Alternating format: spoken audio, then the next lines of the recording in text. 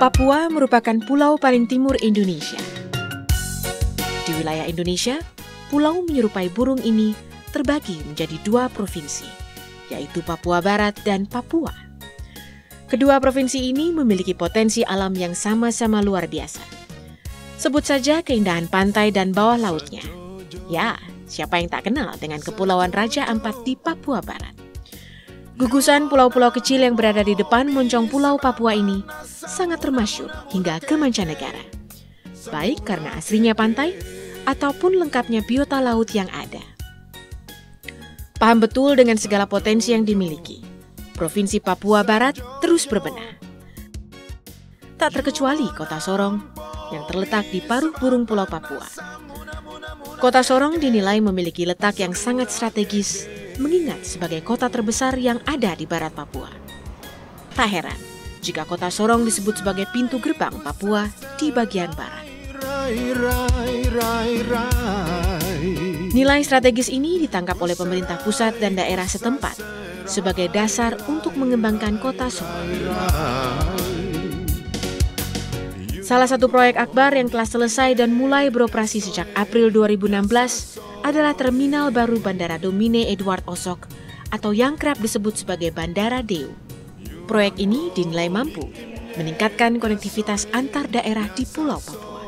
Dengan adanya pembangunan Bandara Deo ini juga membantu kami baik dari sisi ekonominya, aksesnya kemana-mana itu semua sangat membantu kami.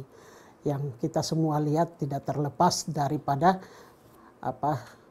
akses ke daerah-daerah lain di antara yang ada di sini. Tak hanya konektivitas, Kota Sorong yang bersebelahan dengan bibir pantai sisi barat Papua juga membawa nilai strategis lain. Utamanya adalah berhubungan erat dengan destinasi wisata Kepulauan Raja Ampat. Bandara Deo menjadi akses terdekat untuk menjangkau Raja Ampat. Dari Bandara Deo, wisatawan hanya butuh waktu 15 menit mengendarai mobil ke Pelabuhan Arar untuk menuju Raja Ampat. Dengan demikian, pantaslah jika Kota Sorong disebut sebagai gerbang terdepan menuju lokasi wisata Raja Ampat. Dengan beroperasinya Bandara Deo yang baru, itu punya dampak yang cukup signifikan terhadap peningkatan kunjungan wisatawan ke Raja Ampat. Dan itu juga terkait dengan promosi yang sudah digencarkan selama ini. Sorong menjadi pintu masuk utama sebagai tempat transit. Dan kita tahu juga bandara ini menjadi pintu halaman terdepan dari satu daerah. Bandara Deo yang kini berdiri dengan megah akan berperan dalam memperbaiki kesenjangan atau disparitas harga sejumlah logistik dan kebutuhan pokok antara Indonesia bagian barat dan timur. Melalui Bandara Deo, ketersediaan barang di Papua akan terjamin.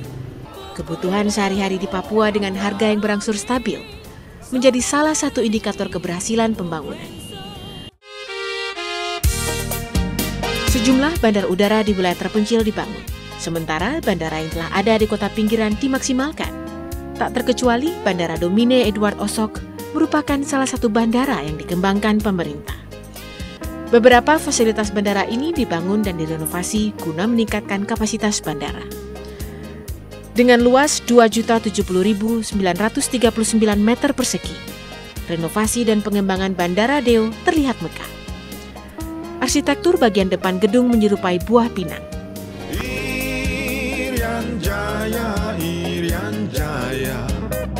Peningkatan fasilitas juga dilakukan untuk meningkatkan keamanan, termasuk proses pemeriksaan penumpang di lobi gedung terminal. Untuk peningkatan pelayanan kepada masyarakat, khususnya di terminal kami itu sudah dilengkapi oleh X-ray, itu sebanyak 4 unit, yang dimana dibagi dalam 2 tempat checkpoint untuk pemeriksaan, yaitu di SCP-1 sebelum penumpang masuk ke check-in, lalu yang kedua sebelum penumpang masuk ke ruang tunggu. Hal ini ditujukan untuk keamanan dan keselamatan penerbangan. Selain pelayanan yang bertujuan untuk meningkatkan keamanan, Otoritas Bandar Udara Kelas 1 Dio Sorong juga fokus pada pelayanan guna meningkatkan kenyamanan para pengguna jasa penerbangan. Fasilitas penunjang seperti toilet, mushola, dan ruang tunggu lengkap tersedia. Gedung terminal yang dibuat bertingkat 2 berhasil menciptakan suasana luas dan lega. Apalagi kapasitas ruang tunggu keberangkatan dan transit penumpang telah meningkat signifikan. Dari hanya 250 penumpang menjadi 750 penumpang di terminal yang baru ini. Jumlah penumpang pun semakin meningkat. Bulan Januari hingga Juli tahun 2015, tercatat 375.883 penumpang di Bandara Deo atau rata-rata 53.698 penumpang setiap bulannya. Sementara di tahun 2016 pada periode yang sama, tercatat 462.331 penumpang atau rata-rata per bulan 66.048 penumpang per bulannya.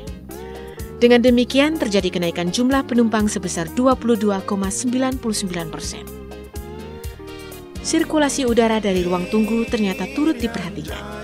Selain menggunakan pendingin udara, sinar matahari juga dibiarkan masuk melalui dinding kaca yang mendominasi seluruh penjuru ruangan. I think it's a very nice terminal. It's light and it's airy,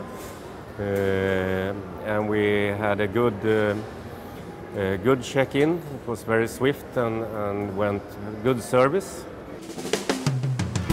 Melengkapi kenyamanan yang dirasakan, Otoritas Bandara Deo juga menyediakan beberapa toko souvenir tak jauh dari lokasi ruang tunggu penumpang.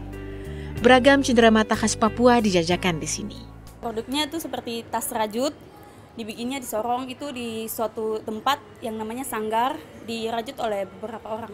Banyak yang beli atau bagaimana? Itu banyak yang kesini? Iya, seperti pendatang dari luar Jawa, luar Papua mau berangkat ke Jawa, mereka beli. Tak berhenti hanya pada keamanan dan kenyamanan penumpang. Otoritas Bandara Deo juga meningkatkan berbagai fasilitas bagi maskapai penyedia jasa penerbangan. Landas pacu atau runway yang awalnya hanya sepanjang 2.060 meter persegi, saat ini tengah dalam proses pemanjangan hingga 2.500 meter persegi. Proyek ini dijadwalkan rampung pada akhir tahun 2016. Sebelumnya hanya ada 7 maskapai penerbangan, nanti ke depannya akan bertambah. Oleh karena itu, untuk mengantisipasi kedatangan pesawat-pesawat yang lebih besar, kapasitas penumpangnya, maka panjang runway akan diperpanjang menjadi 2.500 meter. Saat ini panjang runway yang ada itu sepanjang 2060 kali 43 meter. Sementara itu di tahun 2016 ini, tercatat 7 maskapai penerbangan telah memiliki rute dari dan ke Bandara Deo Sorong. Jika dikalkulasi selama tahun 2015 untuk periode Januari hingga Juli, jumlah pesawat yang datang dan pergi ke Bandara Domine Edward Osok sebanyak 7.106 pesawat. Sementara di 2016 pada periode yang sama terdapat 8.257 pesawat. Dengan demikian, terdapat peningkatan sebanyak 1.151 pesawat. Atau dengan kata lain, terjadi kenaikan 16%.